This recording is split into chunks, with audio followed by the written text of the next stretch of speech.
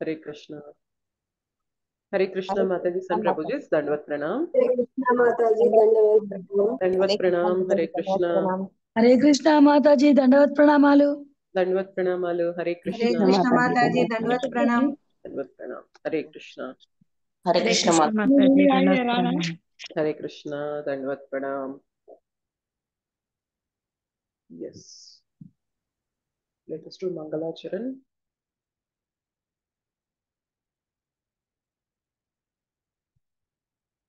ఎవరికైతే ఈ మంగళాచరణలో శ్లోకాస్ రాలేదో వాళ్ళు నేర్చుకోవడానికి ప్రయత్నం చేయండి.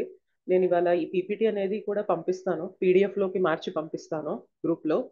సో ఎవరెవరికైతే ఈ మంగళాచరణలో శ్లోకాస్ అనేవి రాలేదో డైలీ కొంచెం ప్రాక్టీస్ చేయండి. డైలీ మీరు రిసైట్ చేశారనుకోండి, నెక్స్ట్ ఒక 10-15 డేస్లో మీ నోటికి వచ్చేస్తాయి, పెద్ద కష్టమేమి ఉండదు. బట్ ఇవి చాలా చాలా ఇంపార్టెంట్ మంగళాచరణ శ్లోకాస్ అనేవి. సో నేర్చుకోవడానికి ప్రయత్నం చేయండి. ॐ अज्ञानतिमिरान्धस्य ज्ञानाञ्जनशलाकया चक्षुरुन्मीलितं येन तस्मै श्रीगुरवे नमः.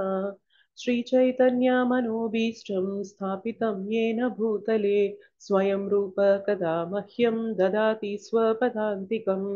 वन्देऽहं श्रीगुरुः श्रीयुतपदकमलं श्रीगुरून् वैष्णवांश्च श्रीरूपं साग्रजातं सहगणा रघुनाथान्वितं तं सजीवं साद्वैतं सावधूतं परिजनसहितं कृष्णचैतन्यदेवं श्रीराधा कृष्णपादान् सहगणा ललिता श्रीविशाखान्वितांश्च.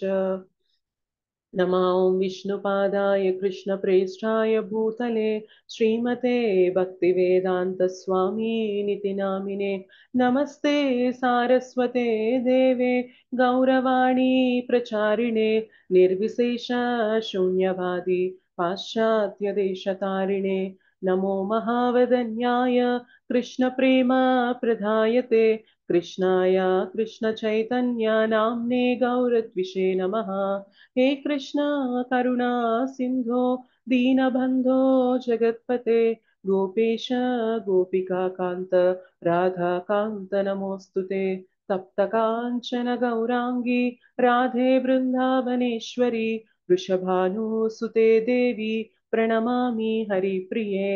वाञ्छाकल्पतरुभ्यश्च कृपा सिन्धुभ्य एव च पतितानां पावनेभ्यो वैष्णवेभ्यो नमो नमः.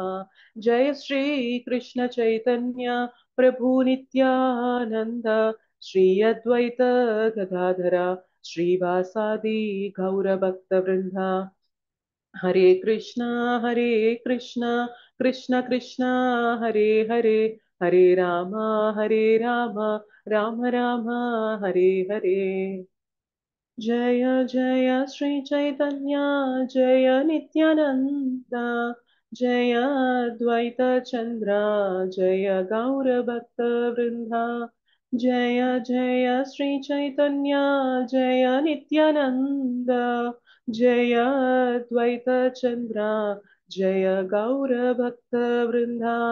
जय जय श्री चैतन्य जय नित्यानंद जय अद्वैत चंद्र जय गौर भक्त वृंदा. ॐ नमो भगवते वासुदेवाय. ॐ नमो भगवते वासुदेवाय. ॐ नमो भगवते वासुदेवाय. मुखं करोति वाचालं पङ्गुं लङ्घयते गिरिं यत्कृपातमहं वन्दे श्रीगुरुं दीनतारणं परमानन्दमाधवं Sri Chaitanya ईश्वरम्.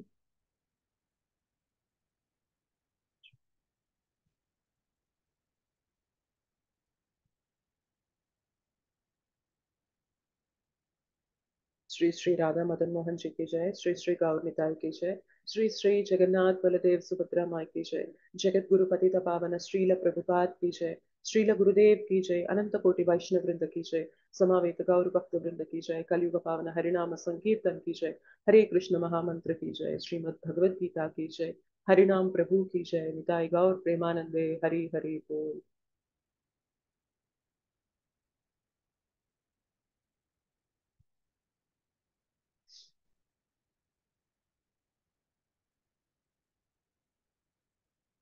Hare Krishna Mataji and Prabhuji, Dandavat Pranam. Thank you so much for joining the morning japa session.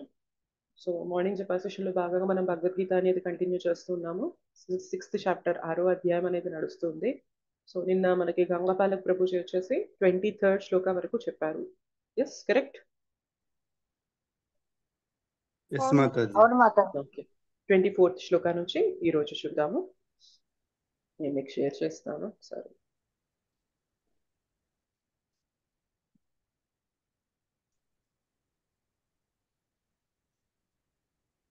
Hare Krishna Mataji. Hare Krishna Mataji. Hare Krishna Mataji.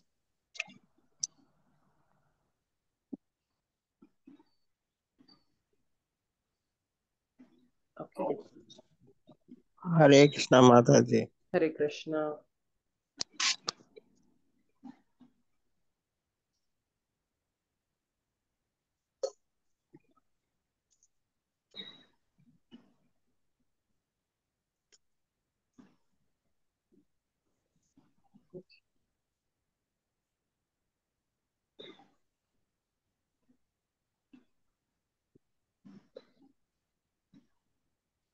ఒక్క నిమిషం ఓపెన్ చేస్తున్నాను.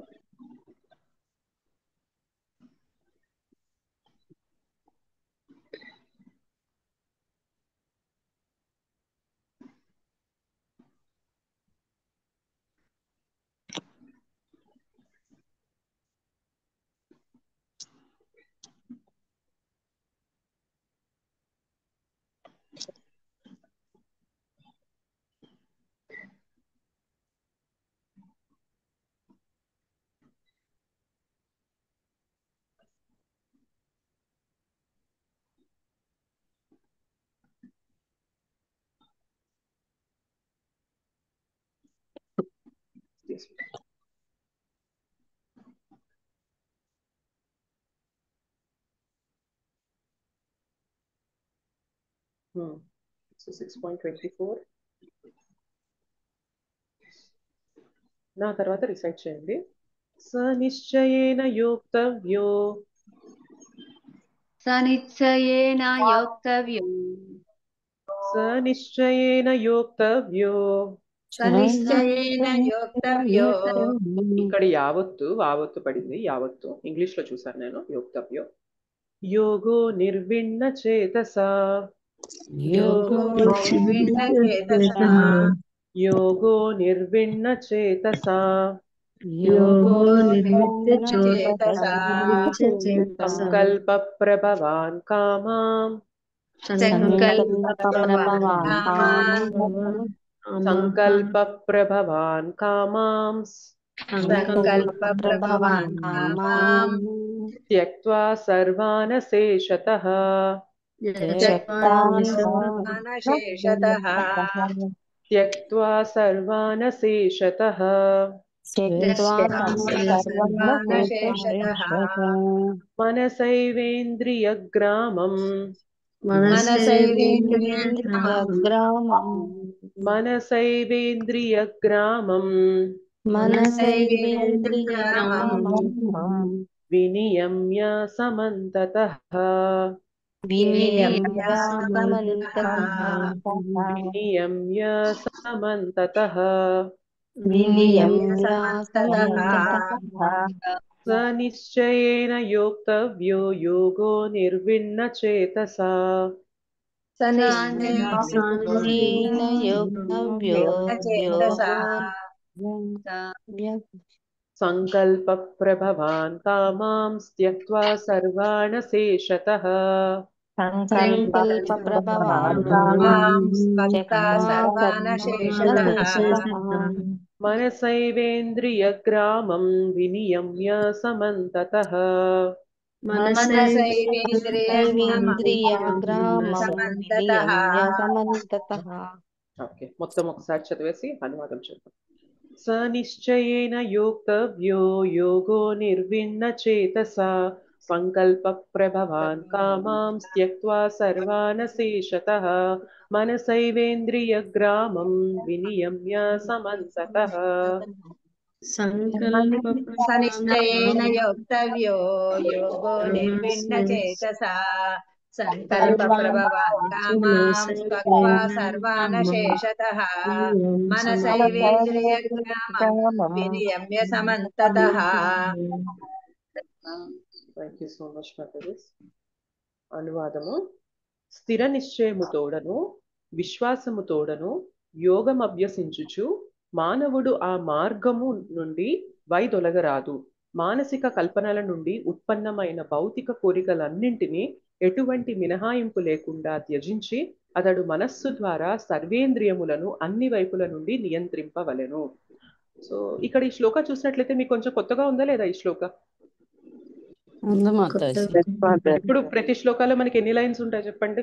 అలా పెద్ద లైన్స్ 2 లైన్స్ మాతాజీ. కొన్ని శ్లోకాస్ లో మనకి ఇలా 3 లైన్స్ ఎందుకు ఇస్తారు అంటే శ్రీల ప్రభుపాదుల వారు ఒకే సందర్భానికి సంబంధించినంతా కూడా ఆ శ్లోక కిందకి తీసుకొస్తారనమాట. అందుకని ఒక్కొక్కసారి ఒక శ్లోకాలో ఒక లైన్ మాత్రమే ఉంటది, ఒక్కొక్క శ్లోకాలో 3 లైన్స్ కలిపి ఉంటాయి అనమాట. బేసిక్ గా అన్ని శ్లోకాస్ కలిపి 700 ఉంటాయి. గ్రూపింగ్ అనేది మనకి ఇట్లా ఎందుకు ఇస్తున్నారంటే అవి ఒకే సందర్భాన్ని ఒకే ఇన్స్ట్రక్షన్ ని సూచిస్తున్నాయి కాబట్టి అలా దగ్గరికి చేర్చి ఇవ్వడం జరిగింది. సో ఇక్కడ కూడా మనం 6.24 లో కూడా మనకి ఈ శ్లోక అనేది 3 లైన్స్ తో ఉంది.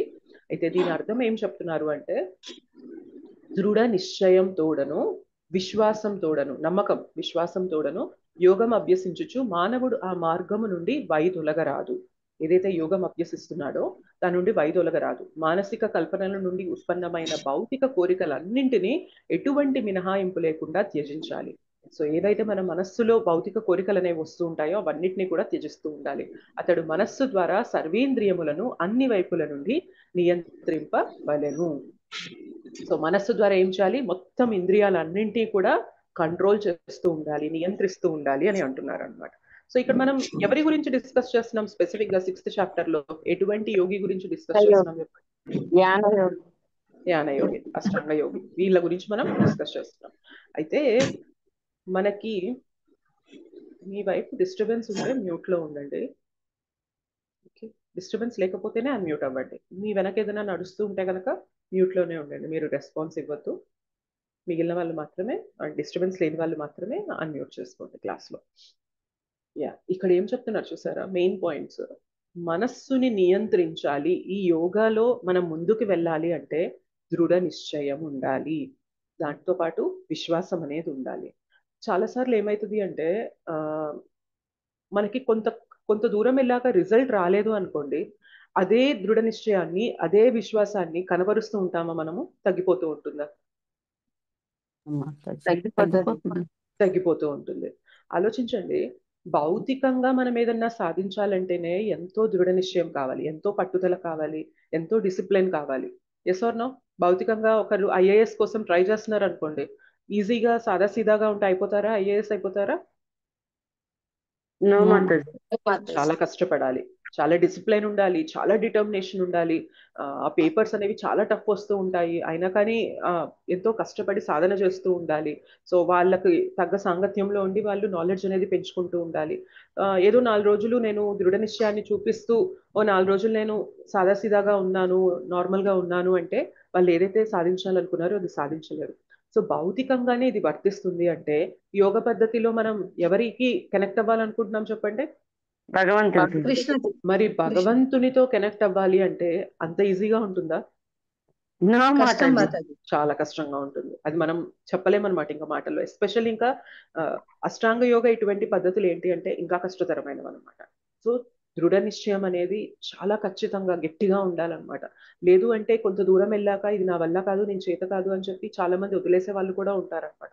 సో ఈ దృఢ నిశ్చయము, పట్టుదల, విశ్వాసం, ఈ మార్గంలో నేను వెళ్తే కష్టమైనా కానీ నాకు దొరుకుతారు, నేను భగవంతుని నేను అనుభూతి చెందగలను అని చెప్పి ఆ విశ్వాసం అనేది పెట్టుకొని వెళ్తేనే ఉండగలం. అయితే మనం ఏం నేర్చుకోవచ్చు ఈ శ్లోకా నుంచి అంటే, బికాస్ వీఆర్ ప్రాక్టీసింగ్ భక్తి యోగా, అష్టాంగ యోగా గురించి ఈ పాయింట్ అనేది మనం డిస్కస్ చేసాం. మరి మనం ఏం నేర్చుకోవచ్చు అంటే మనకు కూడా చెప్తారు, పర్పోట్లో చెప్తారు, ఉత్సాహాత్ నిశ్చయాత్ ధైర్యాత్ అంటారు. ఉత్సాహాత్ నిశ్చయాత్ ధైర్యాత్. ఉత్సాహం ఎప్పుడు కూడా భక్తిలో ఎంతూసియాజం అనేది ఉండాలన్నమాట. సో సాధన బాగైనప్పుడు ఎంతూసియాజం ఉండడం, ఆ ఉత్సాహం అనేది ఉండడం. సాధన సరిగ్గా అవ్వలేదు, మూడ్ బాలేదు, మనస్సు బాలేదు, ఇంట్లో పరిస్థితులు బాలేదు అన్నప్పుడు ఉత్సాహం తగ్గిపోవడం అనేది భక్తిలో మనల్ని ముందుకు తీసుకెళ్ళదన్నమాట. ఎవ్రీ టైం మనకి ఉత్సాహం అనేది ఉంటూనే ఉండాలి. పరిస్థితులు ఎట్లా అయినా ఉండని, మైండ్ ఎట్లా అయినా ఉండని, నాకు సహకరించకపోని నేను మాత్రం ఈ సాధనని నేను వదలను. దీన్ని ఉత్సాహం అంటారనమాట.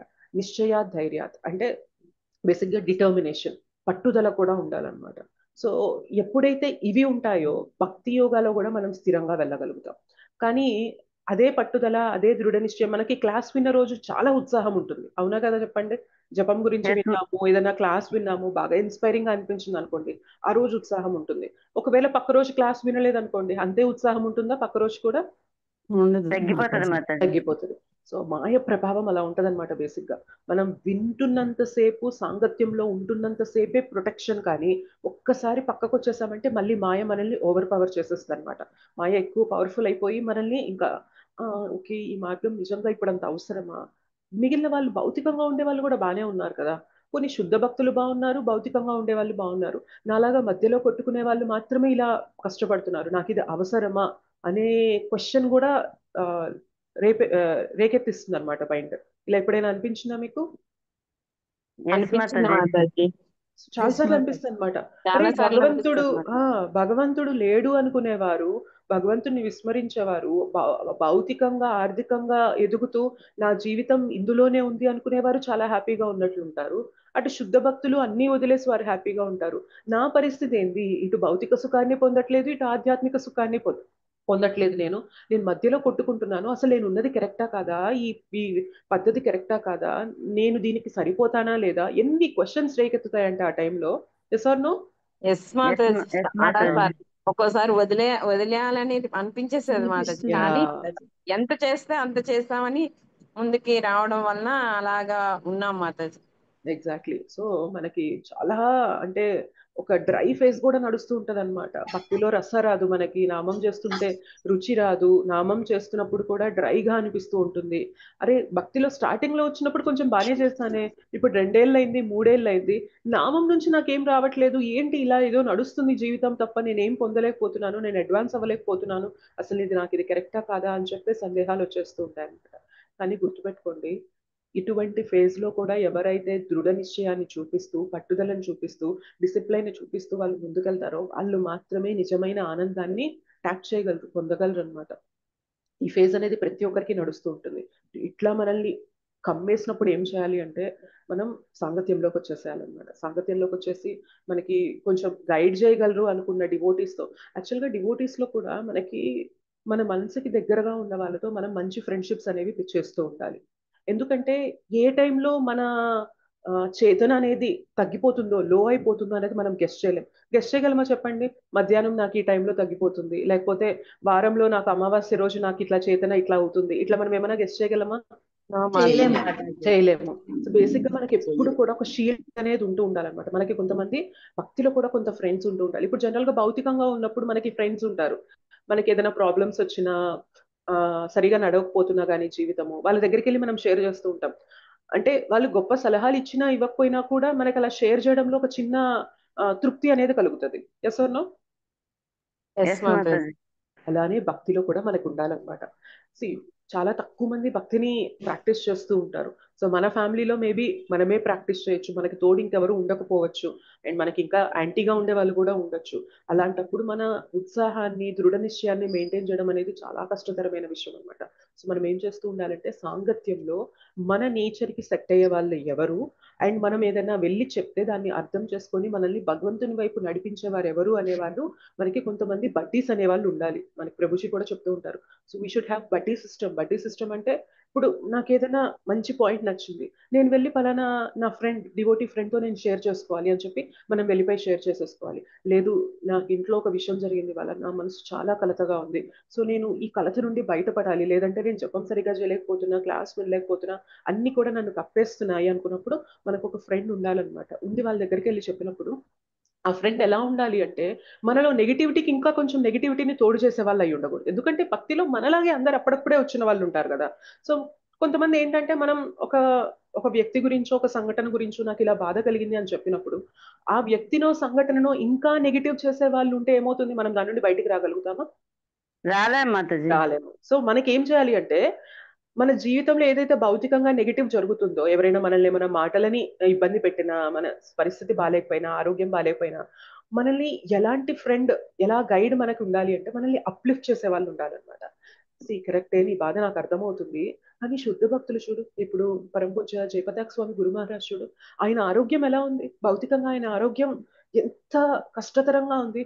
అయినప్పటికీ కూడా ఆయన సాధన చేస్తున్నారంటే ఆయన మనకి ఏం తెలుపుతున్నారు? సో ఎంతో మంది డివోటీస్ చాలా తక్కువ స్థాయిలో ఉంటారు, ఆర్థికంగా కూడా చాలా తక్కువ ఫెసిలిటీస్ ఉంటాయి వారికి, అయినా కూడా వారు భక్తి చేస్తున్నారంటే మనకి ఏం తెలుపుతున్నారు? అండ్ ఇవాళ భౌతికంగా ఎవరో నేనేదో మాటలు అన్నారని చెప్పి నువ్వు బాధపడుతున్నావే, గుర్తుపెట్టుకోవాల్సిన విషయం ఏంటి అంటే కృష్ణ నువ్వు ఎటువంటి పరిస్థితుల్లో ఉన్నా, నువ్వు ఎన్ని తప్పులు చేసినా, నువ్వు ఎన్ని నిందలు మోస్తున్నా కూడా కృష్ణ నిన్ను స్వచ్ఛంగా ప్రేమిస్తున్నారే. ఆ కృష్ణ కోసం నువ్వు దీని నుండి బయటికి రాలేవా అని మనకి 4 మాటలు చెప్పి మనల్ని అప్లిఫ్ట్ చేశారనుకోండి, మనకి ఎలా అనిపిస్తుంది చెప్పండి? ఆ టైంలో మనం మళ్ళీ మన నిశ్చయాన్ని, మన ఉత్సాహాన్ని మళ్ళీ మనం పుంజుకుంటామా లేదా? పుంజుకుంటాం మాతాజీ. ఎగ్జాక్ట్లీ. మనకి ఇటువంటి ఫ్రెండ్స్ అనే వాళ్ళు ఉండాలి భక్తిలో. సాంగత్యంలోకి రావాలి అంటే కేవలం క్లాస్ జరుగుతున్న గంటసేపు సాంగత్యంలో ఉండడం మాత్రమే కాదు, మనకి మనకంటూ కూడా ఏదన్నా లైఫ్ లో బాగా ఇబ్బందికర సిచ్యుయేషన్ వచ్చేసింది, నేను దీని నుండి బాగా కూరుకుపోతున్నాను అన్నప్పుడు మన కాంటాక్ట్ లిస్ట్ లో కొంతమంది ఉండాలన్నమాట. నేను వీళ్ళకి రీచ్ అవుట్ అయిపోతే నేను ఇక్కడున్న సిచ్యుయేషన్ నుండి నన్ను పైకి తీసుకెళ్ళగలరు. కొంతమంది ఉంటారు ఇంకా కిందకి తొక్కేసేలాగా ఉంటారు, వాళ్ళ జోలికి వెళ్ళకూడదు. ఎవరైతే మనల్ని, మన మూడ్ ని అప్లిఫ్ట్ చేస్తూ మనల్ని భక్తి వైపు, భగవంతుడి వైపు, భక్తుల యొక్క గొప్పతనాన్ని చెప్తూ మనల్ని అప్లిఫ్ట్ చేస్తారో, పైకి తీసుకెళ్తారో అటువంటి వాళ్ళ లిస్ట్ అనేది మన దగ్గర ఎప్పుడూ రెడీగా ఉండాలన్నమాట. సో భక్తి అనేది చాలా కష్టం. కలియుగంలో భక్తి చేయడం అనేది చాలా చాలా చాలా కష్టతరమైన విషయం అన్నమాట. అందుకనే మనం ఏం చేస్తూ ఉండాలంటే కలియుగంలో వచ్చే కలహాలు, కలతల నుండి ప్రొటెక్ట్ చేసుకోవడానికి ఇటువంటి సంఘ అనేది మెయింటైన్ చేస్తూ ఉండాలి. అండ్ దాంతోపాటు మన దృఢ నిశ్చయం అనేది ఎలా ఉండాలి అంటే ఈ పర్పోట్లో చెప్తారు మనకి. ఏమంటారు అంటే ఒకసారి ఒక చిన్న పిచ్చుక తన గుడ్లు అనేవి సముద్రపు ఒడ్డున పెడుతుంది అనమాట. పిచ్చుక సైజ్ ఎంత ఉంటుంది చెప్పండి? ఎంత, అవునా? చాలా చిన్నగా ఉంటుంది. చాలా చిన్నది. సో సముద్రపు ఒడ్డున తాని గుడ్లు పెట్టుకున్నప్పుడు ఒక్కసారిగా అలా గట్టిగా వచ్చి ఆ గుడ్లని సముద్రంలోకి తీసుకెళ్లిపోతుంది అనమాట. ఎప్పుడైతే పిచ్చుక రియలైజ్ అవుతుందో తన గుడ్లనేవి సముద్రంలోకి వెళ్ళిపోయాయని చెప్పి చాలా బాధపడుతుంది అనమాట. కానీ తన గుడ్లు తనకి తిరిగి కావాలి, తన పిల్లలు కదా, వాటిని పొదిగి పిల్లల్ని చేసుకోవాలి కదా అది. సో సముద్రం దగ్గరికి వెళ్ళి అడుగుతుంది అనమాట, నా గుడ్లను నాకు తిరిగి ఇచ్చేసాయి, ఎందుకు వాటిని నువ్వు తీసుకెళ్ళావు అని చెప్పి అడిగినప్పుడు సముద్రుడు అసలు మాట్లాడనమాట. అంటే ఏం చేసుకుంటావో చేసుకో, నీ ఇష్టము, నేను ఇవ్వను అని అలా చెప్తారనమాట. ఇంకా పిచ్చుక ఏం చేస్తుందంటే నేను చెప్తున్నాను, నువ్వు నా గుడ్లను నాకు తిరిగి ఇవ్వలేదు అంటే నా ముక్కుతో నీ నీటిని మొత్తం నేను తీసేస్తూ ఉంటాను, పక్కకి పడేస్తూ ఉంటాను, అప్పుడు నా గుడ్లు నాకు దొరుకుతాయని అంటది అనమాట.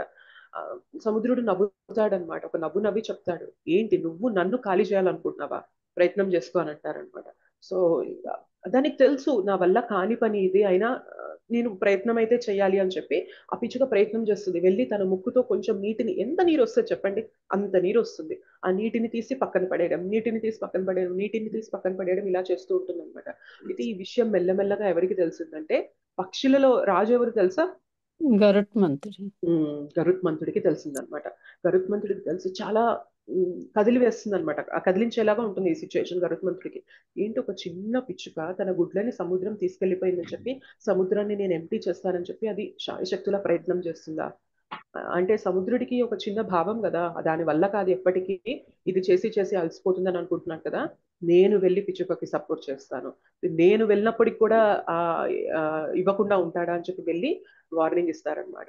ఈ పిచ్చుక చేయలేదు అనుకుంటున్నావేమో, దీని వెనక నేనున్నాను, నేను ఎంటీ చేయడం మొదలు పెట్టానంటే నిన్ను మొత్తం నేను ఎంటీ చేయగలను అని చెప్పి ఎప్పుడైతే వార్నింగ్ ఇస్తారో సముద్రం ఆ గుడ్లని తిరిగి ఇచ్చేస్తుంది అనమాట. సో దీన్ని బట్టి మనం ఏమర్థం చేసుకోవాలి అంటే మనందరం ఆ పిచ్చుక లాంటి వాళ్ళం.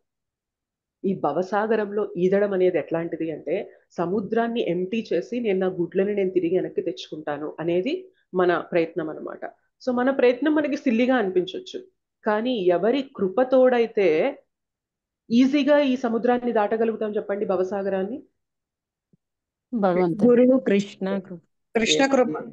గురువుల కృప, కృష్ణ కృప, వైష్ణవుల కృప తోడైందనుకోండి, ఎంత పెద్దటి సముద్రాన్నైనా, ఈ భవసాగరం ఎంత పెద్దదైనివ్వండి, ఎంత కష్టతరమైనివ్వండి, దీన్ని దాటడానికి వాళ్ళ కృప తోడైందనుకోండి, కంప్లీట్ గా క్లియర్ అయిపోతుంది అనమాట మన దారి అనేది. సో మన ప్రయత్నం చాలా చిన్నగా ఉంటుంది. అందుకనే భక్తిలో ఎందుకు భక్తి యోగా ఈజీ అంటారు తెలుసా?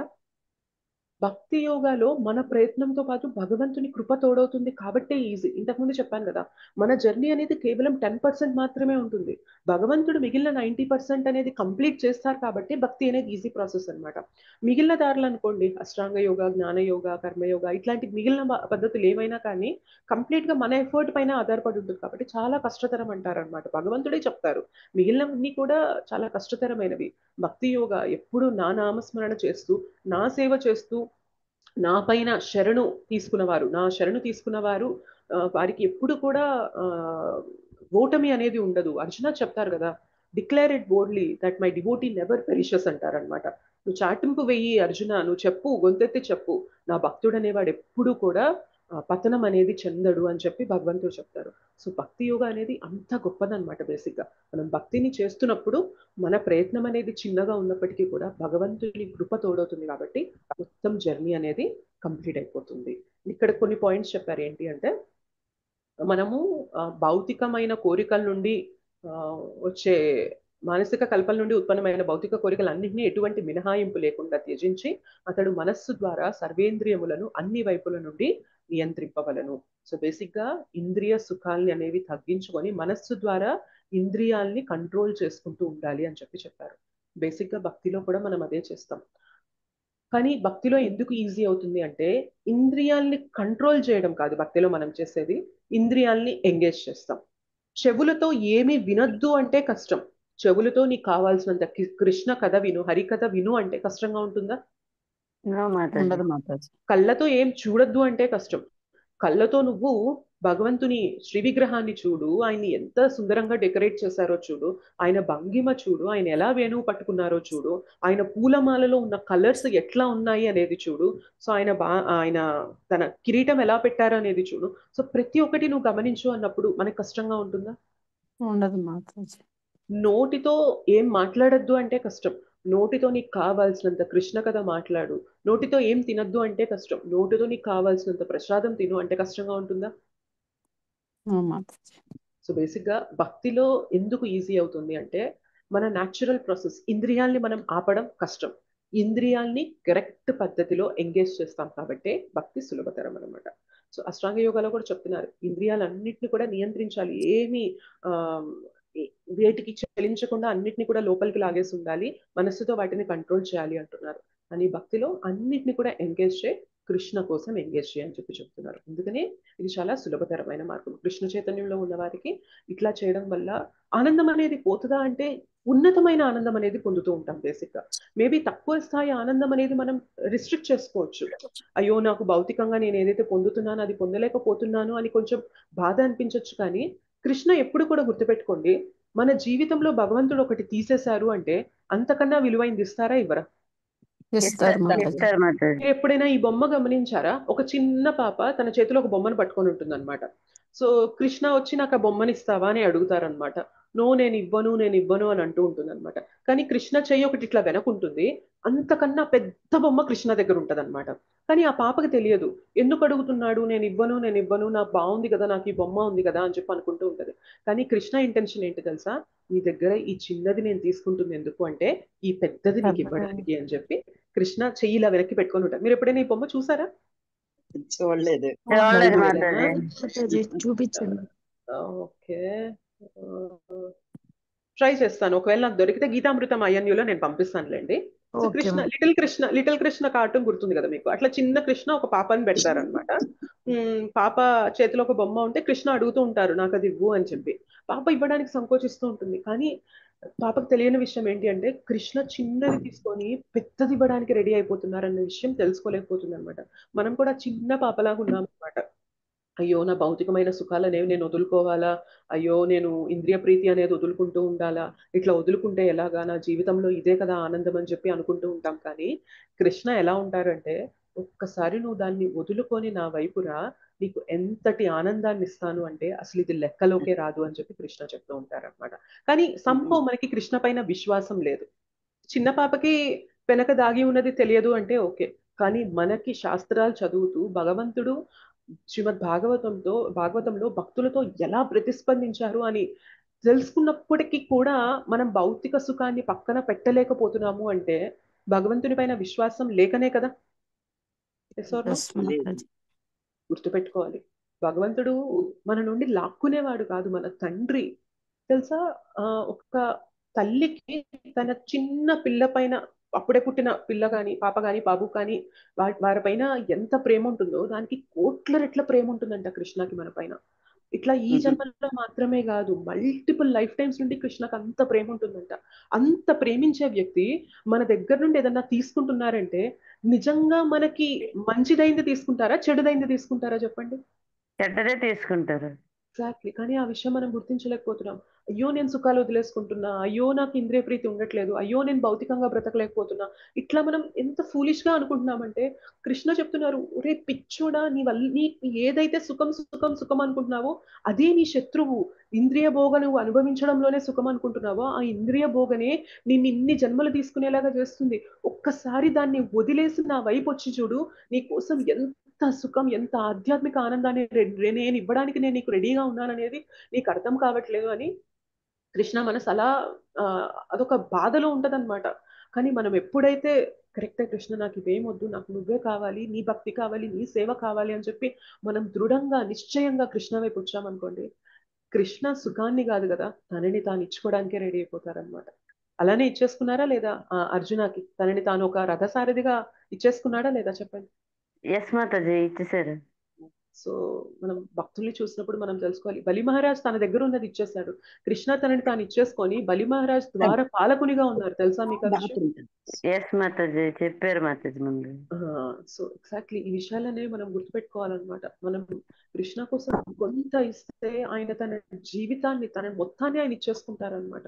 సో ఇది తెలుసుకున్నప్పుడు మనకు అర్థం చేసుకోవాలి, తెలివైన వాడు కృష్ణ నుండి నాకు అది కావాలి, ఇది కావాలి, ఇది కావాలి, అది కావాలి అని అడగడం కాదు, కృష్ణ నాకు నువ్వే కావాలి అని అడగాలి. అది కదా. దుర్యోధన కూడా చాలా తెలివైన వాడు అనుకున్నాడు, నాకు మించిన వాడు ఎవరున్నారు అని చెప్పి అనుకున్నాడు. ఏమన్నాడు? కృష్ణ నాకు నారాయణి సేన కావాలి అని అన్నాడు. కానీ అర్జున ఏమన్నాడు చెప్పండి? అదంతా కావాలి అని అన్నాడు.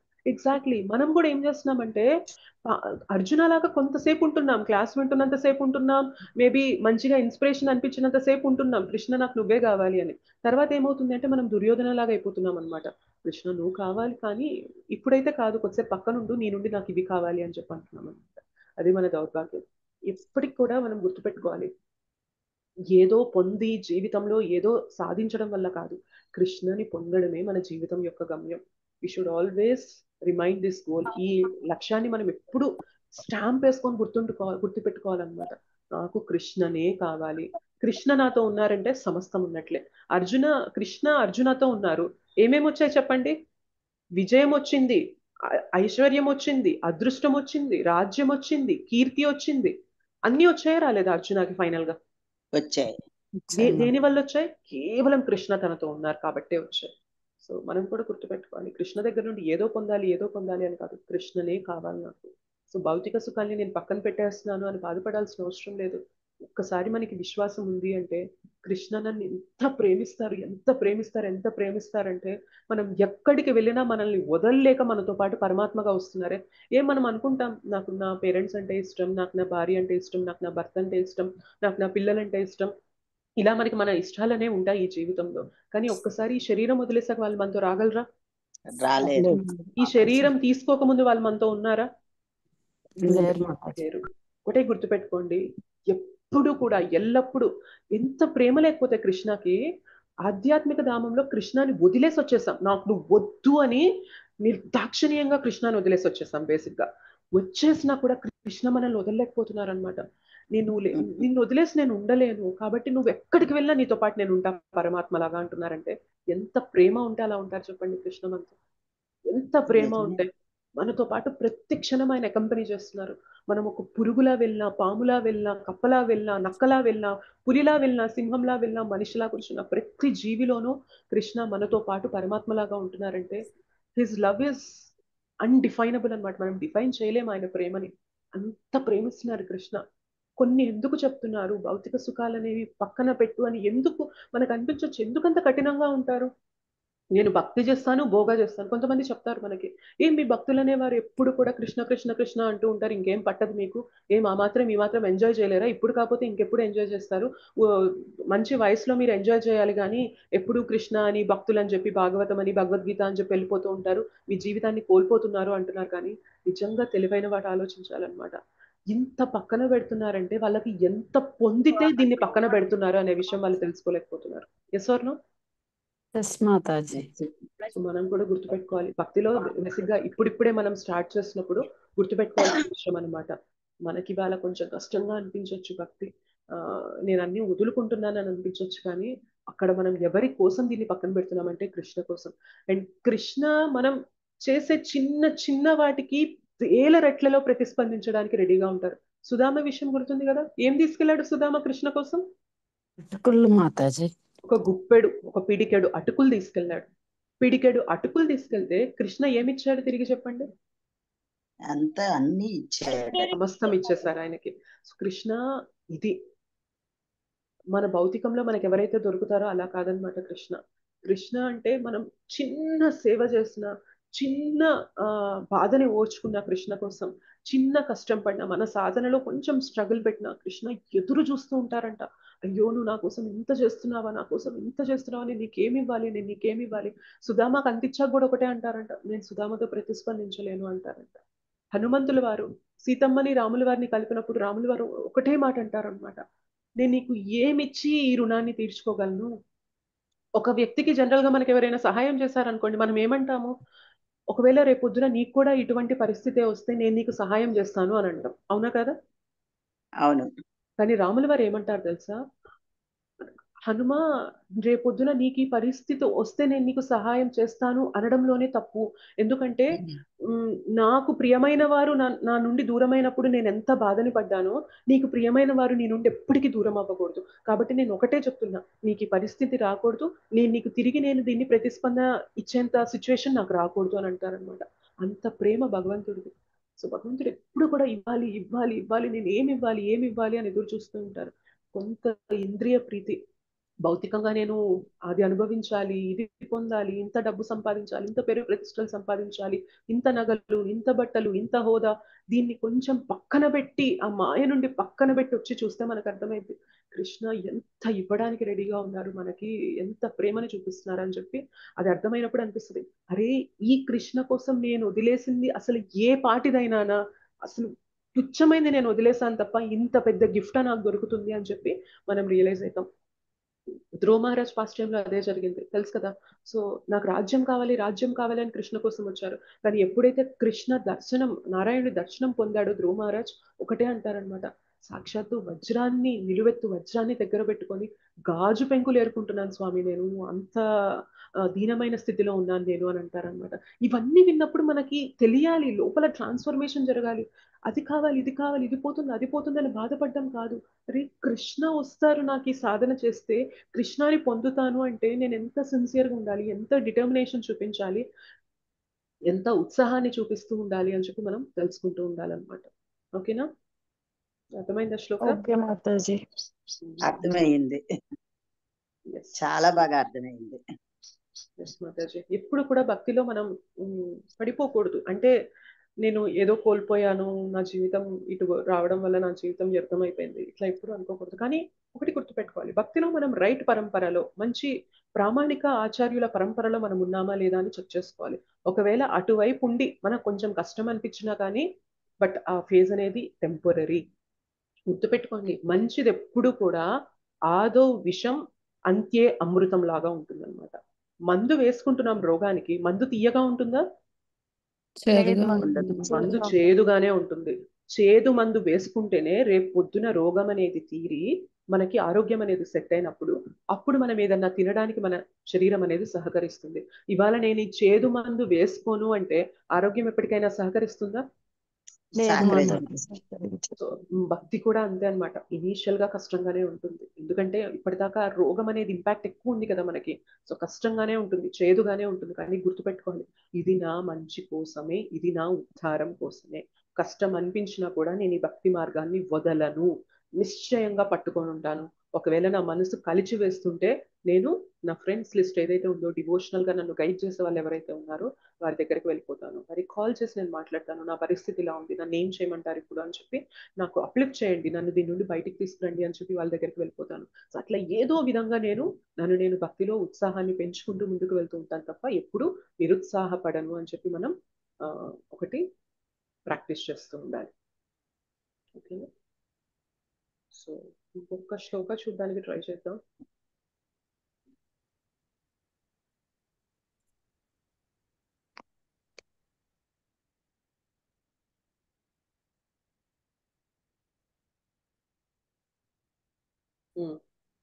शनैः शनैरुपरमेत् परमेत शनैः शनैरुपरमेत् परमेत बुद्ध्या धृतिगृहीतया बुद्ध्या धृतिगृहीतया बुद्ध्या धृतिगृहीतया बुद्ध्या धृतिगृहीतया आत्मसंस्थं मनः कृत्वा आत्मसंस्थं मनः कृत्वा आत्मसंस्थं मनः कृत्वा ఆత్మసంస్థం మనః కృత్వా कृत्वा न किञ्चिदपि चिन्तयेत् न किञ्चित् अपि चिन्तयेत्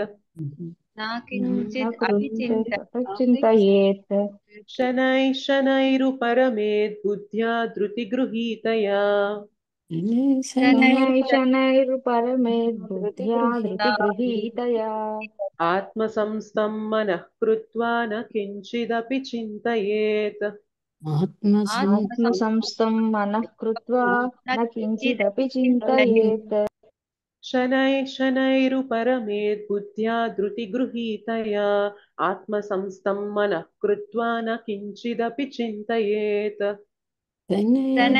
शनैरुपरमेत् बुद्ध्या धृतिगृहीतया ఆత్మసంస్థం మనః కృత్వా న కించిదపి చింతయేత్ నిశ్చయమైన బుద్ధితో క్రమముగా నెమ్మదిగా మానవుడు సమాధి స్థితిని పొందవలెను. ఆ విధముగా మనస్సును ఆత్మయందే స్థిరము చేసి అతడు ఇక దేనిని గురించి చింతింపరాదు. సో అష్టాంగ యోగ పద్ధతి గురించి చెప్తున్నారు. ఎట్లా మెల్లమెల్లగా మనస్సును బుద్ధిని సమాధి స్థితి యందు తిప్పాలి. నిశ్చయంగా బుద్ధితో క్రమముగా నెమ్మదిగా మానవుడు సమాధి స్థితిని పొందవలెను. సో సమాధి స్థితిలోకి వెళ్ళిపోయి అప్పుడు మనస్సుని ఆత్మయందే స్థిరం చేసి ఇంకా దేని గురించి కూడా చింతింపనవసరం లేని స్థితికి వెళ్ళాలి, ఆ సమాధి స్థితికి అనేది చేరాలి అంటున్నారు. బేసిక్ ఇక్కడ మనకి ప్రత్యాహార మార్గం గురించి చెప్తున్నారు. ఇక్కడ అంటారు చూడండి, దృఢ విశ్వాసము మరియు బుద్ధితోనూ మానవుడు క్రమముగా ఇంద్రియ కర్మల నుండి విరమింపవలెను. ఇది ఏ ప్రత్యాహారము అనబడును. అనగా విశ్వాసము చేతను ధ్యానము చేతను ఇంద్రియ కర్మల విరమణ చేతను నియంత్రింపబడిన మనస్సు సమాధి పొందవలెను. ఆ సమయమున భౌతిక జీవిత భావన యందు ఆసక్తి కలిగి యుండుట అనేది భయము ఏమాత్రము కలుగదు. యుండుట అనేది భయము ఏమాత్రము కలగదు. మరో మాటలో చెప్పవలనగా భౌతిక దేహం ఉన్నంత కాలం మానవుడు భౌతిక విషయ సంబంధములను కలిగి ఉండినను ఇంద్రియ తృప్తి భావనను ఏమాత్రము కలిగి ఉండరాదు. పరమాత్మ సంతృప్తిని తప్ప అన్యమైన తృప్తిని గూర్చి అతడు చింతింపరాదు. కృష్ణ చైతన్యమును ప్రత్యక్షముగా అభ్యసించుట ద్వారా ఈ స్థితి సులభముగా పొందబడును. ఓకే, సో ఇక్కడ ఏం చెప్తున్నారంటే మెల్లిగా బుద్ధితో మనము సమాధి స్థితి యందు చేరాలి. అలా మనం మనస్సుని ఆత్మయందే స్థిరం చేసి దేని గురించి చింతించాల్సిన అవసరం లేని స్థితికి చేరాలి అంటున్నారు. అయితే దీన్ని మనము యోగాలో మనకి 8 అంగాలు ఉంటాయి కదా, యమ నియమ ఆసన ప్రాణాయామ ప్రత్యాహార ధారణ ధ్యాన సమాధి. అట్లా మనము దీన్ని ప్రత్యాహార పద్ధతి అనేది చెప్తున్నారు. ఇక్కడ మ్యూట్ లో ఉందండి. సో ప్రత్యాహార పద్ధతి గురించి చెప్తున్నారు. సో ఆ సమయమున భౌతిక జీవిత భావన యందు ఆసక్తి కలిగి ఉండుట అనేది భయము ఏమాత్రము కలగదు. మరో మాటలో చెప్పవలన భౌతిక దేహం ఉన్నంత కాలం మానవుడు భౌతిక విషయ సంబంధం కలిగి ఉండును, ఇంద్రియ తృప్తి భావనను ఏమాత్రము కలిగి ఉండరాదు. సో బేసిక్ గా భౌతిక జీవితం ఉన్నంత కాలం, భౌతిక శరీరంలో మనం ఉన్నంత కాలం భౌతిక కోరికలు అనేవి మనకు కలుగుతూ ఉంటాయి. కానీ ఈ స్థితిలోకి వెళ్ళి మా బుద్ధితో మనం సమాధి స్థితి యందు వెళ్ళి మనస్సుని ఆత్మయందు సంలగ్నం చేసినప్పుడు ఏమవుతుంది అంటే ఈ భౌతిక భవబంధనాల నుండి మనం మెల్లిగా విముక్తి పొందుతాము అని చెప్పి చెప్తూ ఉన్నారనమాట. బేసిక్ గా మనం కూడా కృష్ణ చైతన్యంలో ఉన్నప్పుడు తెలుసుకోవాల్సింది ఏంటి అంటే, యాజ్ లాంగ్ యాజ్ మనం ఈ బాడీలీ కన్సెప్షన్, నేను ఈ దేహ భావనలోనే ఉంటాను అన్నంత కాలం మనలో మార్పు అనేది జరగదనమాట. ఎప్పుడైతే దీనికి పరంగా వెళ్ళి నేను ఈ దేహాన్ని కాదు, నేను ఆత్మని, నేను కూడా సచ్చిదానందనే, నేను భగవంతుని యొక్క స్వరూపాన్ని, ఒక అంశని, భగవంతుని యొక్క అంశని అని చెప్పి ఎప్పుడైతే తెలుసుకుంటారో అప్పుడు ఆటోమేటిక్ గా ఏమవుతుంది అంటే దేహభావం నుండి బయటకు వస్తాం. ఇవాళ భౌతిక కలతలు అనేవి మనల్ని ఎందుకు ఎక్కువ కదిలించేస్తున్నాయి అంటే ఈ దేహ భావనలో ఎక్కువ ఉన్నాం కాబట్టి మనకి భౌతిక కలతలు అనేవి చాలా ఎక్కువగా ఉన్నాయన్నమాట. కానీ ఎప్పుడైతే రియలైజ్ అవ్వడం మొదలు పెడతామో నా యొక్క ఉనికి అనేది భగవంతుని యొక్క సేవలోనే ఉంది, భగవంతుని సేవ చేయడంలోనే నాకు ఆనందం ఉంది, అదే నిజమైన నా జీవితం అని ఎప్పుడైతే తెలుసుకుంటామో, వాయిస్ రావడం లేదా? క్లియర్ గా ఉంది మాతాజీ. ఓకే, గిరిజా మాతాజీ మీ వైపు ఇష్యూలా ఉంది, క్లియర్ గానే ఉంది అందరికి. ఓకేనా? ఎప్పుడైతే తెలుసుకుంటామో మనం భగవంతుని యొక్క అంశ, భగవత్ సేవలోనే నాకు ఆనందం ఉందని ఎప్పుడైతే తెలుసుకుంటామో ఆటోమేటిక్ గా ఈ కలతలు అనేవి మనల్ని డిస్టర్బ్ చేయకుండా ఉంటాయన్నమాట. ఇవాళ ఎందుకు ఇంత బాధలు, భౌతికంగా వచ్చే బాధలు, భౌతికంగా ఎవరైనా అన్నప్పుడు మనకు కలిగే బాధ ఎందుకు ఇంత డిస్టర్బ్ చేస్తుంది అంటే బికాస్ మనం రియలైజ్ అవ్వట్లేదు, మనం ఎవరికి చెందిన వాళ్ళమని రియలైజ్ అవ్వట్లేదు అనమాట. ఒకసారి ఆ రియలైజేషన్ వచ్చింది అంటే కనుక ఆటోమేటిక్ గా వాటి ఇంపాక్ట్ అనేది మన జీవితంలో తగ్గిపోతుంది. మరి ఆ రియలైజేషన్ ఎలా రావాలి? జ్ఞానం అయితే తెలిసింది, ఎస్ నేను ఆత్మాన్ని నేను తెలుసుకున్నాను, భగవద్గీత చదివాను, ఆత్మ అని తెలుసుకున్నాను. కానీ మరి నేను ఆత్మస్థరంలో ఉండాలి అంటే నేను ఏం చేస్తే ఆ స్థరంలో ఉండగలను అంటే సాధనలో ఇంటెన్సిటీ పెంచితే, సిన్సియారిటీ పెంచితే, సాధనని చేశానా అంటే చేశానా అన్నట్లుంటే నేను భగవంతుని అంశను అన్న రియలైజేషన్ మనకి రాదు. చూడండి, చాలా క్లాసెస్ మనం వింటాం, సాంఖ్యయోగ ఎన్నిసార్లు విన్నాం, సెకండ్ చాప్టర్, మనం ఆత్మ, మనం కూడా సచ్చిదానందనే, మనం కూడా భగవంతుని యొక్క అంశలమే, మనల్ని ఏది కూడా దహించి వేయదు, శరీరం పడిపోతుంది కానీ ఆత్మ పడిపోదు, ఆత్మ నిత్యంగా ఉంటుంది. ఇట్లాంటివి ఎన్నిసార్లు విన్నాం చెప్పండి మనం? చాలా సార్లు విన్నాం. చాలా సార్లు విన్నాం. ఎన్నిసార్లు విన్నప్పటికీ కూడా ఈ శరీరానికి సంబంధించిన వాళ్ళు ఏదన్నా అన్నారు అంటే ఎంత కృంగిపోతున్నాం చెప్పండి? చాలా మాతాజీ, చాలా కృంగిపోతున్నాం మనం. ఎందుకు మరి? ఎక్కడ ఫాల్ట్ వస్తుంది? నేను శరీరం కాదు అని తెలుసుకుంటున్నాను, ఆత్మ అని తెలుసుకుంటున్నాను, భగవంతుని సేవ చేయాలని తెలుసుకుంటున్నాను, కానీ ఈ శరీరానికి ఏదన్నా అవమానాలు జరిగితే, ఎవరైనా ఏదన్నా అంటే, ఎవరైనా మన నుండి ఏదన్నా పొంది మనల్ని ఏదన్నా క్రిటిసైజ్ చేస్తే ఎందుకంత ఇదైపోతున్నాను అంటే బేసిక్ గా ఆత్మ అని తెలుసుకుంటున్నాం కానీ ఆత్మస్థరంలో చేయాల్సిన పనులు అనేవి శ్రద్ధగా చేయడం లేదు. అదేంటి మాతాజీ, మేము జపం చేస్తున్నాం కదా, బుక్స్ వింటున్నాం కదా, క్లాసెస్ వింటున్నాం కదా, బుక్స్ చదువుతున్నాం, క్లాసెస్ వింటున్నాం కదా, ఎందుకు చేయడం లేదు అంటున్నారు అంటే చేస్తున్నాం కానీ ఎంత శ్రద్ధ పెడుతున్నాం, ఎంత శ్రద్ధ లేదు. బేసిక్ గా అదే ప్రాబ్లం. శ్రద్ధ ఉన్నప్పుడు మన సాధన పైన మనలో మార్పు చాలా ఫాస్ట్ గా వస్తుంది, గుర్తుపెట్టుకోండి. ఎప్పుడైతే మనం చేసే సాధనలో శ్రద్ధ, క్వాలిటీ అనేది పెరిగిందో, దాంట్లో నాణ్యత పెరిగిందో ఆటోమేటిక్ గా భౌతికంగా వచ్చే క్లేశాలు అనేవి మన పైన ఇంపాక్ట్ చూపించవు. సో మనం అంటాం మన సాధననే మనకి ఒక రక్షణ కవచం అని చెప్పి మనం చెప్తూ ఉంటాం భౌతికంగా వచ్చే ప్రాబ్లమ్స్ అన్నిటికీ. Yes or no? మరి ఆ రక్షణ కవచాన్ని మనం వీక్ గా పెట్టేసుకుంటున్నామే. సో ఇప్పుడు మన పైన ఎవరైనా కత్తితో దాడి చేయడానికి వచ్చారు, మనం ఇట్లా ఒక షీల్డ్ అనేది అడ్డం పెట్టాం. ఒక షీల్డ్ ఏమంటారు తెలుగులో? కవచం. కవచమేనా? ఓకే. సో కవచాన్ని ఇట్లా పెట్టుకున్నాం మనం, కానీ చాలా వీక్ గా ఉంది కవచము. వాళ్ళు వచ్చి ఒక్క గట్టిగా ఒక్క తన్ను తన్నారు అనుకోండి, కవచం ముక్కలు ముక్కలు అయిపోయింది అనుకోండి, ప్రొటెక్ట్ చేసుకుంటున్నట్ల మనం చెప్పండి. లేదు మాతాజీ. ఇవాళ మన సాధన అలానే ఉందన్నమాట. చేస్తున్నాం సాధన, కవచం పట్టుకున్నాము, పట్టుకొని ఎట్లా ఉంది అంటే భౌతికంగా ఎవరైనా వచ్చి ఏదన్నా ఒక్క మాట అన్నారంటే దీన్ని ఒక్క గట్టిగా ఒక్క దెబ్బ కొట్టినట్లు అనమాట. సో ఏమవుతుంది, ఒక్కసారిగా మనం ఏదైతే ప్రొటెక్షన్ అనుకొని ఎస్టాబ్లిష్ చేసుకున్నామో అదంతా ముక్కలు ముక్కలు అయిపోతుంది, మనం ఎక్స్పోజ్ అయిపోతున్నాం అనమాట. అదే ప్రాబ్లం. మన సాధన ఎంత లెవెల్లో ఉండాలి అంటే, ఇప్పుడు స్పాంజ్ తెలుసు కదా మీకు? తెలుసు మాతాజీ. స్పాంజ్ వాటర్ లో పెట్టామనుకోండి, అది ఏం చేస్తుంది? వాటర్ పీల్చుకుంటది పీల్చుకుంటుంది. మాతాజీ వాటర్. పీల్చుకుంటది. వాటర్ మొత్తాన్ని నీళ్ళని పీల్చుకుంటుంది. పీల్చుకుంటారు. నీళ్లు మొత్తాన్ని పీల్చుకుంటది. అది అబ్జర్వ్ ఎంత చేస్తాం. ఎంత బరువెక్కిద్దంటే చాలా వాటర్ ని కూడా పీల్చేస్తూ ఉంటది అనమాట. నాకు ఎక్కడైనా వాటర్ పడిపోతే అక్కడ తుడుస్తూ ఉండండి స్పాంజ్ తో, పీల్చేస్తూ ఉంటది, పీల్చేస్తూ ఉంటది, పీల్చేస్తూ ఉంటది. ఓకే, పీల్చేస్తూ ఉంటది. తర్వాత మనం దాన్ని పిండినప్పుడు ఏమొస్తుంది చెప్పండి?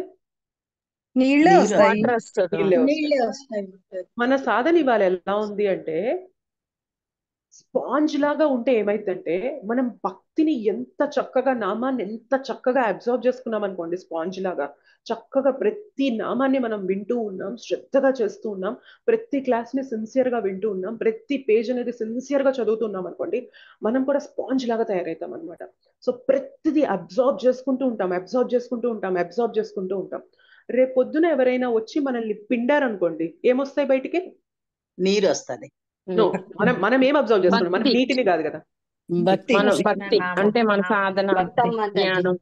బేసిక్ గా ఇవాళ మనం సాధనలో సిన్సియర్ గా లేదు కాబట్టి మనల్ని పిండినప్పుడు మన అనర్థాలు బయటకు వస్తున్నాయి. మన సాధనలో సిన్సియర్ గా ఉన్నాం అనుకోండి, మనల్ని పిండినప్పుడు ఏమైతే తెలుసా? కృష్ణనే బయటకు వస్తారు, భక్తినే బయటకు వస్తుంది. ఒక యాపిల్ ని జ్యూస్ చేసామనుకోండి, మిక్సీలో పెట్టి ఏమొస్తుంది? యాపిల్ జ్యూసే వస్తుంది. ఆరెంజ్ ని జ్యూస్ చేసామనుకోండి, ఆరెంజ్ జ్యూసే వస్తుంది. మరి మనల్ని ఇవాళ పరిస్థితులు పిండేస్తున్నప్పుడు మనలో అనర్థాలు బయటకు వస్తున్నాయంటే మనం ఏం తీసుకుంటున్నాం చెప్పండి? నిజంగా సిన్సియర్ గా వింటున్నామా నామాన్ని? నిజంగా భక్తిలో సిన్సియర్ గా ఉన్నామా? ఒకవేళ మనం సిన్సియర్ గా ఉన్నామంటే పరిస్థితులు మనల్ని పిండినప్పుడు కూడా మనం భక్తిలో షేక్ అవ్వం, అదే మన నుండి బయటకు వస్తుంది. ఇవాళ అది రావట్లేదు అంటే లోపం ఎక్కడో లేదు, భక్తిలో డెఫినెట్ గా లేదు లోపం. ఎందుకు అంటే స్పాంజ్ విషయంలోనే నీటిని అది చక్కగా అబ్జర్వ్ చేసుకున్నప్పుడు స్పాంజ్ పిండితేనే నీరు బయటకు వస్తుంది. మరి ఎక్కడ లోపం వల్ల మనల్ని పిండితే భక్తి, భగవంతుడు, మంచి గుణాలు బయటికి రావట్లేదు అంటే లోపం ఎక్కడున్నట్లు చెప్పండి? మనలోనే. మనలోనే మాతాజీ. గుర్తుపెట్టుకోవాలన్నమాట.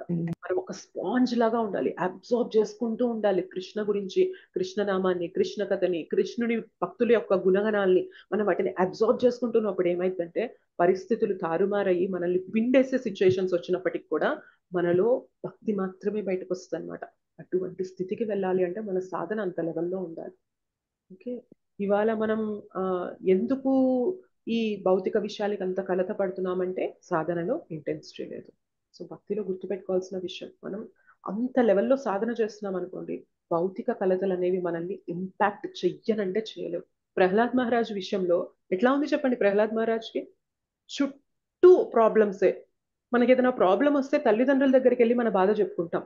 ఆయనకి ప్రాబ్లమే తన తండ్రి నుండి ఉంది. అండ్ తన తండ్రి ఎట్లాంటి వాడంటే తన తండ్రి మాట ముల్లోకాల్లో ఎవ్వరూ కూడా ఎదిరించలేకపోతున్నారు. అటువంటి స్థితికి తన తండ్రి వెళ్ళాడు. అయినప్పటికీ కూడా ఆయనని ఎంత పిండినా, ఎంత ఇబ్బంది పెట్టినా బయటికి ఏమొచ్చిందో చెప్పండి?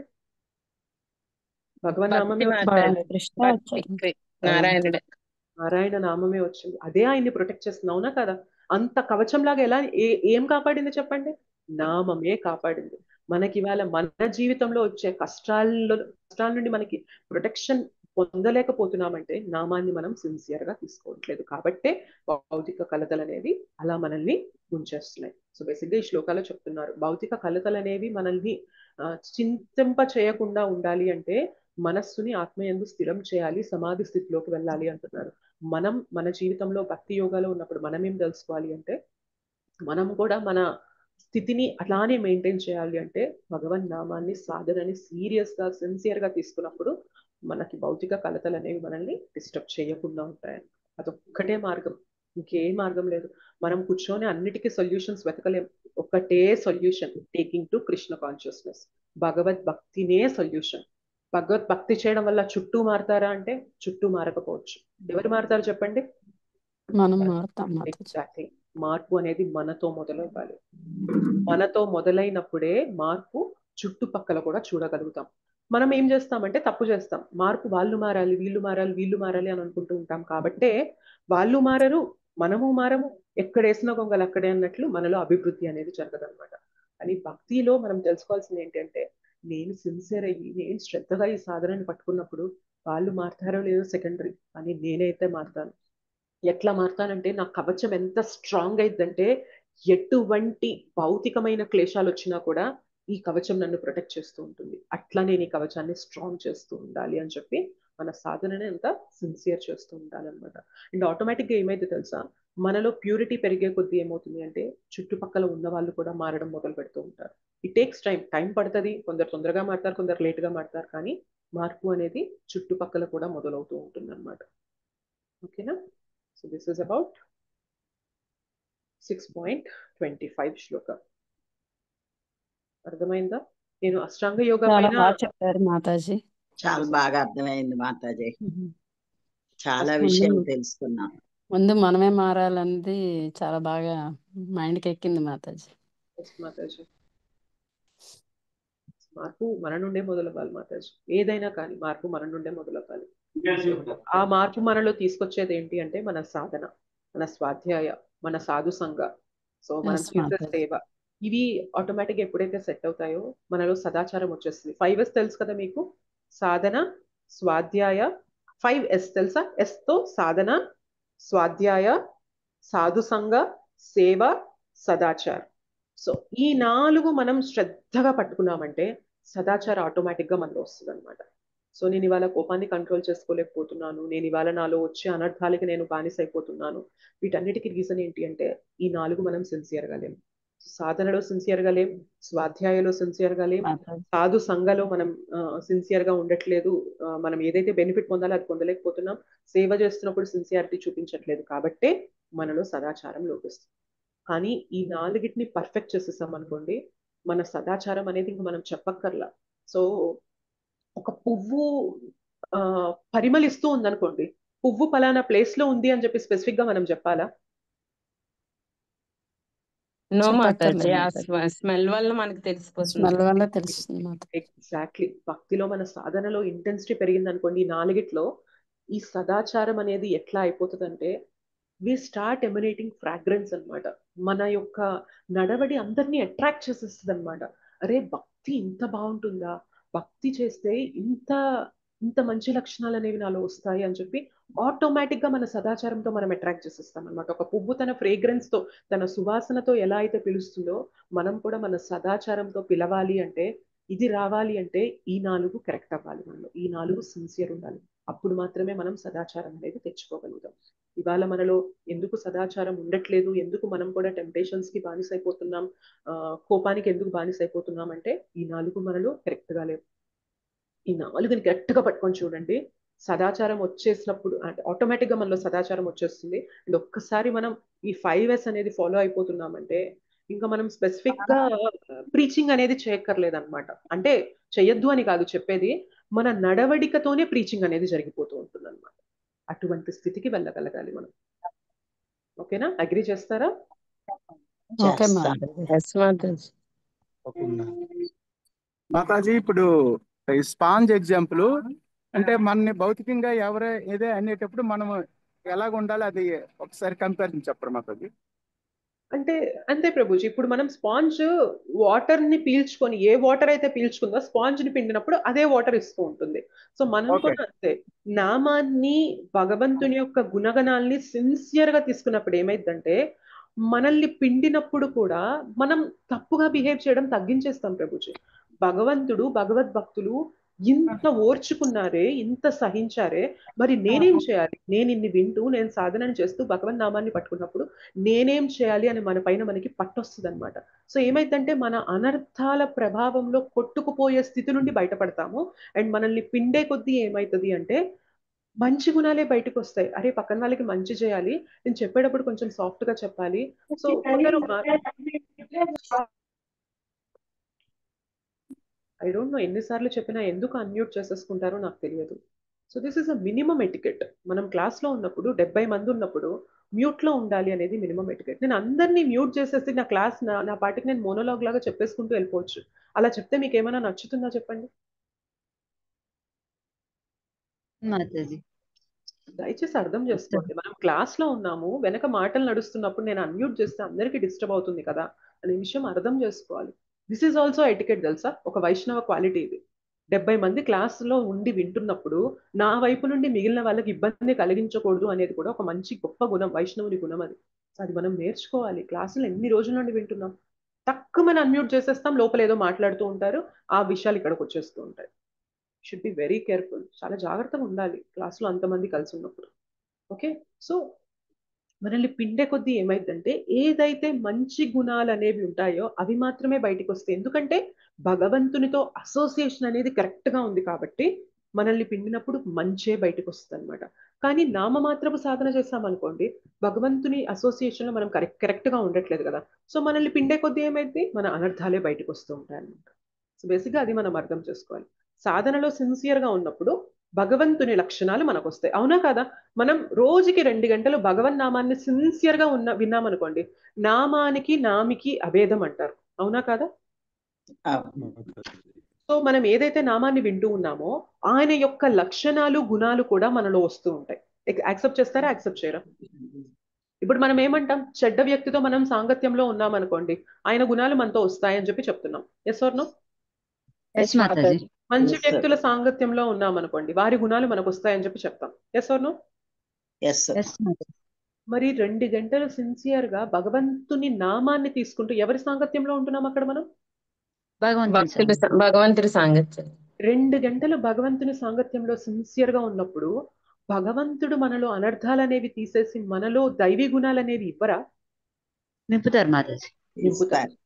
మనలో దైవీ గుణాలు అనేవి నింపుతూ ఉన్నప్పుడు మనల్ని టార్మెంటింగ్ సిచ్యుయేషన్స్, మనల్ని కలిచివేసే సిచ్యుయేషన్స్ వచ్చినప్పుడు మన నుండి ఏం బయటకు వస్తాయి? అసుర గుణాలు బయటకు వస్తాయా, దైవీ గుణాలు బయటకు వస్తాయా?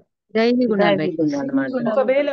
ఒకవేళ అసుర గుణాలు బయటకు వస్తున్నాయంటే ఎక్కడ తప్పవుతుంది చెప్పండి? భక్తి తప్పవుతుందా, మనం ఆచరించేది తప్పవుతుందా? మనం ఆచరించాలి. ఎగ్జాక్ట్లీ, అది గుర్తుపెట్టుకోవాలన్నమాట.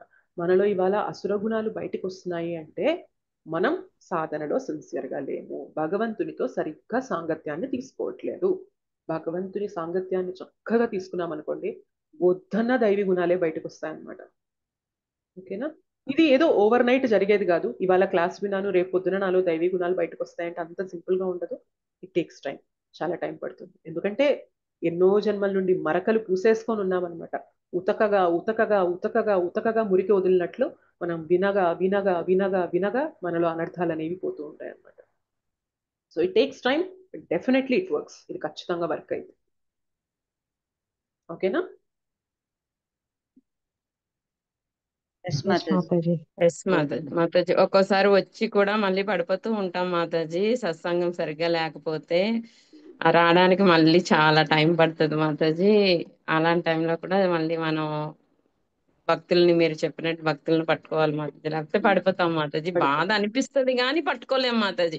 అయ్యో వదిలేస్తున్నాం అని మనసు పీకుతూ ఉంటది కానీ శ్రద్ధ రాదు. మళ్ళీ భక్తుల సత్సంగంలోకి వస్తే మళ్ళీ శ్రద్ధ వస్తుంది మాతాజీ. చాలా ఇంపార్టెంట్ మాతాజీ సాంగత్యంలో ఉండడం, భక్తుల ఈ అసోసియేషన్ అనేది వెరీ వెరీ ఇంపార్టెంట్ అన్నమాట. ఎందుకంటే తెలుసు కదా, మీరు ఎగ్జాంపుల్ విన్నారో లేదో తెలియదు, మనం నీటి పారుదల ఇట్లా ఉంటే భక్తిలో మనం ఇట్లా ఎదురీదుతున్నాం అనమాట. ఈ మాయ ప్రభావం ఫోర్స్ గా లాగి కొట్టేయడానికి చూస్తుంది అనమాట. మనం ఏం చేస్తున్నాం, మాయకి ఎదురీదుతున్నాం. మనము ఒంటరిగా ఇట్లా ఈదుతూ ఉన్నాం. ఏదో రోజు నాకు ఇంకా ఓపిక అయిపోయింది, నేను ఇంకా ఈదలేను అని చెప్పి వదిలేసాం అనుకోండి, ఏమైతే ఈ ఫోర్స్ తాకిడికి మళ్ళీ మనం ఎక్కడి నుంచి మొదలు పెట్టామో అక్కడికి తీసుకెళ్లి పడేస్తుంది అనమాట. కానీ ఇట్లా నేను ఈదలేని పరిస్థితిలో ఉన్నాను, నాలో భక్తిలో ముందుకెళ్లే శక్తి లేదు, నేను నా ఎనర్జీ అనేది తగ్గిపోతుంది అనుకున్నప్పుడు ఏం చేయాలి తెలుసా? పక్కన ఎవరైతే ఉన్నారో వారి సపోర్ట్ అనేది తీసేసుకున్నాం అనుకోండి, ఆటోమేటిక్ గా వాళ్ళు మనల్ని పైకి లాగుతారనమాట. అట్లా ఆగకూడదు, అట్లా ఆగితే వెనక్కి వెళ్ళిపోతావు రా, ఏం కాదు, ఈ పరిస్థితి అనేది వస్తూనే ఉంటుంది మన జీవితంలో, దీని గురించి ఆలోచించొద్దు, దా మనం ముందుకు వెళ్దామని చెప్పి మనల్ని తీసుకెళ్ళిపోతూ ఉంటారనమాట. సో అందుకని ఈ సాంగత్యం లేదనుకోండి మనం ముందుకెళ్ళలేం. ఇంకా ఆపేసినప్పుడు ఈజీగా వెనక్కి వెళ్ళిపోతాం అనమాట, తాకిడి వల్ల, నీటి ఫోర్స్ వల్ల, మాయాదేవి ప్రభావం వల్ల. ఓకేనా?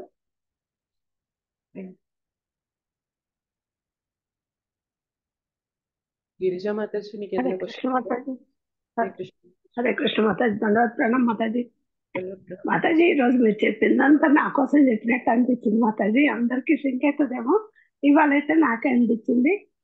కానీ మనం భక్తి చేశాక మాత్రం వెనక్కి తగ్గడం అంటూ ఉండదు. నేను అన్నట్టు సాంగత్యంలో ఉంటేనే భక్తి ముందుకెళ్తారు మాతాజీ. నాకు అట్లాగే అనిపిస్తుంది. అందుకని ఎట్లాగో మీరు మమ్మల్ని లాగేస్తున్నారు, మాకు తెలుసా సంగతి. నేను ఇప్పటికి కూడా కళ్ళు మూసుకొని మాట్లాడుతున్నాను అన్నట్టు. అందుకనే నేను క్లాస్ అటెండ్ అవుతున్నాను, వింటున్నా మాతాజీ, చూడటం లేదు.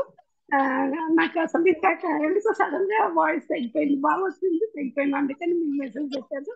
నేను ఇయర్ బడ్ పెట్టుకొని వింటున్నా మాతాజీ.